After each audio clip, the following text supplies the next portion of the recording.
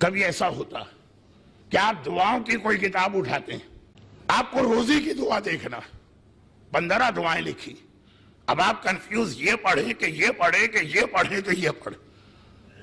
آپ کو اولاد چاہیے، اولاد کے لیے 25 دعائیں لکھی، ایک ہی پریشانی کے لیے 10 15 40 50 دعائیں ہوتی، کون سی پڑھیں؟ یہاں بھی اگر کوئی کہے مولانا آپ نے 10ویں امام کا بھی تذکرہ کیا، اور آپ نے مولا کا بھی، اور آپ نے شہزادی کے نام کا بھی، اور آپ نے رسول کے نام کا بھی، اور آپ نے یہ کہے کہ باقی واقعات چھوڑ دیے کہ واقعہ ہر امام کا ہے، تو کس کا نام لے اگر ہمیں مسئلہ حل کرنا ہو؟ ایک چھوٹی سی دعائے توسل جو آپ کو دی گئی ہے نا، اس میں پورے 14 کے 14 نام ایک ساتھ اس طرح جمع کر دیے گئے ہیں کہ آپ مسئلہ نہ ہوگا، اس میں 10ویں کا نام بھی ہے، 12ویں کا نام بھی ہے، 7ویں کا نام بھی ہے، حسین کا نام بھی ہے، فاطمہ کا نام بھی ہے، علی کا نام بھی ہے، محمد مصطفیٰ کا نام بھی ہے۔ بہت اہم ہے یہ دعائے توسل، کس طرح پڑھی جائے، کیوں پڑھی جائے، ذہن میں کوئی تصور نہیں ہے، بس پڑھ رہے ہیں، لیکن آپ کی روزی کا مسئلہ، آپ کے جاب کا مسئلہ ہو، آپ کے دشمن کا مسئلہ ہو، آپ کی اولاد کا مسئلہ ہو، دعائے توسل میں 14 نام بڑے حسین طریقے سے ایک جگہ جمع ہو گئے ہیں۔ اس سے زیادہ اہم اور مجرب اور مسائل کو حل کرنے والی مختصر دعا شاید آپ کو کوئی اور نہ ملے۔ اور یہ میں نے اس لیے بھی کہا کہ ابھی انگریزی زبان میں ایک چھوٹی سی کتاب مجھے ملی جب میں پہلا اشرا پڑھ رہا تھا، دعائے توسل پڑھنا جائز نہیں ہے، شیعہ اسکالر کے قلم سے لکھی، اس میں ان کو توحید کے خلاف باتیں نظر آ گئیں۔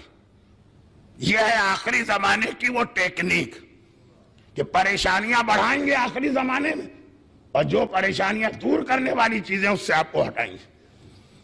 آخری زمانے کی پریشانی کہ ایک وقت کی روٹی کے لیے باپ اپنی بیٹی کو بیچ دے گا، بہت اس سے زیادہ سخت جملہ نہیں ہو سکتا۔ اس کا جو حل ہے، البتہ اہل بیت کا ایک طریقہ ہے، وہ خود بھی فاقے سے اور آپ بھی فاقے سے، آپ نے جا کے ان سے سوال کیا یا انہیں ویسے ہی ظاہری طور پہ کسی نے بتا دیا اپنے آگے کی روٹی آپ کو دیں گے؟ ارے شہزادی آپ کے بچے بھی بھوکے ہیں؟ کہا نہیں، اس مومن کے، اس محب کے، اس مومنہ کے بچے، ان کی بھوک زیادہ اہم ہے۔ میرا حسن بے شک بھوکا رہے، اس کا بیٹا بھوکا نہ رہے، میری زینب بے شک بھوکی رہے، اس کی بیٹی بھوکی نہ رہے۔ یعنی دعائے توسل میں ایک اعتراض یہ تھا اس کتابوں میں کہ ان اہل بیت کا نام لے رہا ہو، نعوذ باللہ، جو اپنے مسئلے حل نہیں کر سکے وہ تمہارے کیا کریں؟ یہ ایک مومن محب اہل بیت شیعہ اسکالر کے قلم سے جملہ پڑھ رہا ہوں، جو اپنے مسئلے حل نہیں کر سکے وہ تمہارے کیا مسئلے حل کریں؟ اس نے اہل بیت کو سمجھا ہی نہیں، جتنا خود غرض ہے، سمجھ رہا ہے اہل بیت بھی ایسے ہی ہیں کہ پہلے اپنے بچوں کی بھوک مٹاتے پھر دیکھتے ہمیں آپ کو۔ یہ اہل بیت نہیں ہے، وہ پہلے ہمارے بچوں کی بھوک مٹائیں گے پھر اپنے خاندان پہ توجہ ڈالیں گے، اور یہ خاندان پورا گروہ۔ اب کیا عظمت کے حوالے سے بات کی جائے، بہت مختصر ایک جملہ یا ایک آدھ مجلس کا حصہ دعاؤں کے حوالے سے مجھے پڑھنا پڑ رہا۔ آج کل پریشانیوں کا زمانہ، ٹینشن کا زمانہ، ڈپریشن کا زمانہ، جہاں جائیے کہیں روزی کا مسئلہ، کہیں کاروبار کا مسئلہ، کہیں ویزے کا مسئلہ، کہیں دشمنوں کا مسئلہ، کہیں ہماری گرتی ہوئی لاشوں کا مسئلہ، کہیں ہمارے جوان بچوں کی میتوں کا مسئلہ۔ تو یہ کہ ہر جگہ کوئی جگہ محفوظ نظر نہیں آئی جہاں پہ ہم اور آپ یہ سمجھتے ہیں کہ سب سے محفوظ جگہ ہوگی۔ ہر ایک وہاں کے ویزے کے لیے تڑپتا ہے، گرین کارڈ کے لیے تڑپتا ہے، پاسپورٹ کے لیے تڑپتا۔ وہاں لوگ مجھے زیادہ پریشان نظر آئے کراچی اور لاہور کے مقابلے میں۔ میں اس لفظ کی وضاحت نہیں کرنا چاہتا، ہر جگہ کے اپنے مسئلے۔ تو بہرحال مجالس میں ایک ذمہ داری علماء نے ہم لوگوں کے کندھوں پہ یہ بھی ڈالی کہ کلام امام کی روشنی جو اس کے حل، علاج، سلوشن ہے وہ بھی تھوڑا تھوڑا بیان کرتے رہو۔ تو چنانچہ ہر مجلس، ہر سال کے عشرے میں ایک آدھ مجلس کوئی دعا، کوئی خاص عمل، کوئی بہت ہی واضح عمل کو یاد دلانا۔ اب دیکھیے وقت کم ہے، باتیں بہت زیادہ ہیں تو میں اس کو سمیٹتا ہوں بڑے جلدی۔ یونس نقاش ہے، انگشتری پر، نگینوں پر نقش و نگار بناتا، کوئی قرآن کی آیت لکھواتا، کوئی ذکر خدا لکھواتا ہے، کوئی اپنا نام لکھواتا ہے. ایک دستور جب آدمی نگینہ پہنتا ہے، عقیق و فیروزہ ہو، حدید سینی ہو، در نجف ہو، تو سادے سادے نگینے کے مقابلے میں نقش والا نگینہ پسند. مذہبی لوگ ہیں تو انہیں وہ حدیثیں یاد آتی ہے کہ امام نے کہا یہ آیت لکھواؤ، یہ ذکر خدا لکھواؤ. دنیاوی لوگ ہیں تو اپنا نام، اپنے گھر والوں کا نام، اپنی بیوی کا نام، غرض یہ کہ یہ ہمیشہ سے رواج ہے، یہ اس میں ایکسپرٹ آدمی. پورے اسلامی دنیا میں اتنا ماہر کوئی نہیں. رہتا سامرہ میں، کیونکہ سامرہ کیپٹل، زیادہ بڑے آدمی، زیادہ اثر رسوخ والے آدمی، زیادہ طاقتور آدمی، زیادہ پیسے والے آدمی سامرہ ہی میں ہوتے ہیں. تو یہ وہاں آ کے اس نے دکان کھول لی کہ غریب غربا سے کیا ملے گا، اصل تو آمدنی ان سے. اور گھر اس کا ہے 10ویں امام کے گھر سے دیوار ملا ہوا کہ ادھر اس کا گھر ہے، ادھر 10ویں امام کا. گھر کے اندر سے ہی جانے کا راستہ بھی. پرانے زمانے کے مکانات ایک دوسرے سے اندر سے بھی ملے ہوتے تھے. امام کی خدمت میں صبح و شام زیارت اور عقیدت کے اعتبار سے حاضری دیتا. ایک دن سامرہ کے گورنر نے اسے بلایا اور ایک بہت قیمتی اور بڑا عقیق دیا، اور بالکل اصلی. یہ بھی ایک مسئلہ ہے نا آج کی دنیا میں، پتھروں کے لوگوں کو پہچان نہیں ہو پاتی. اور ہمارے لیے تو اس سے بڑا مسئلہ کہ ہمیں اپنے زمانے کے امام کو پہچاننا ہوگا جب وہ ظاہر ہوں گے. پتھروں کی پہچان کیوں نہیں ہو پاتی ہے؟ کہا کہ اصلی پتھر بھی ہے، نقلی پتھر بھی ہے، گھٹیا کوالٹی کے بھی. اور امام کے لیے بھی یہی جملہ کہ جب اصلی امام آئے گا تو اس وقت جھوٹے امام بھی آئیں گے، نقلی امام بھی آئیں گے، گھٹیا قسم کے لوگ بھی امام بن کے آئیں گے. مسئلہ ہے بہت بڑا. پتہ نہیں کیوں ہمارے لوگ دنیا بھر کے ہر مسئلے پہ غور کرتے، اس پہ غور ہی نہیں کرتے. جب امام آئیں گے تو ہم پہچانیں گے کیسے. خیر، بات بہت زیادہ پھیل رہی ہے. جو لوگ آج کے بعد نہیں آئیں گے ان کو آج کی بات تو پوری کر کے دے دوں. یونس نقاش کو بلایا، کہا کہ پوری اسلامی دنیا میں تجھ سے زیادہ ایکسپرٹ کوئی نہیں.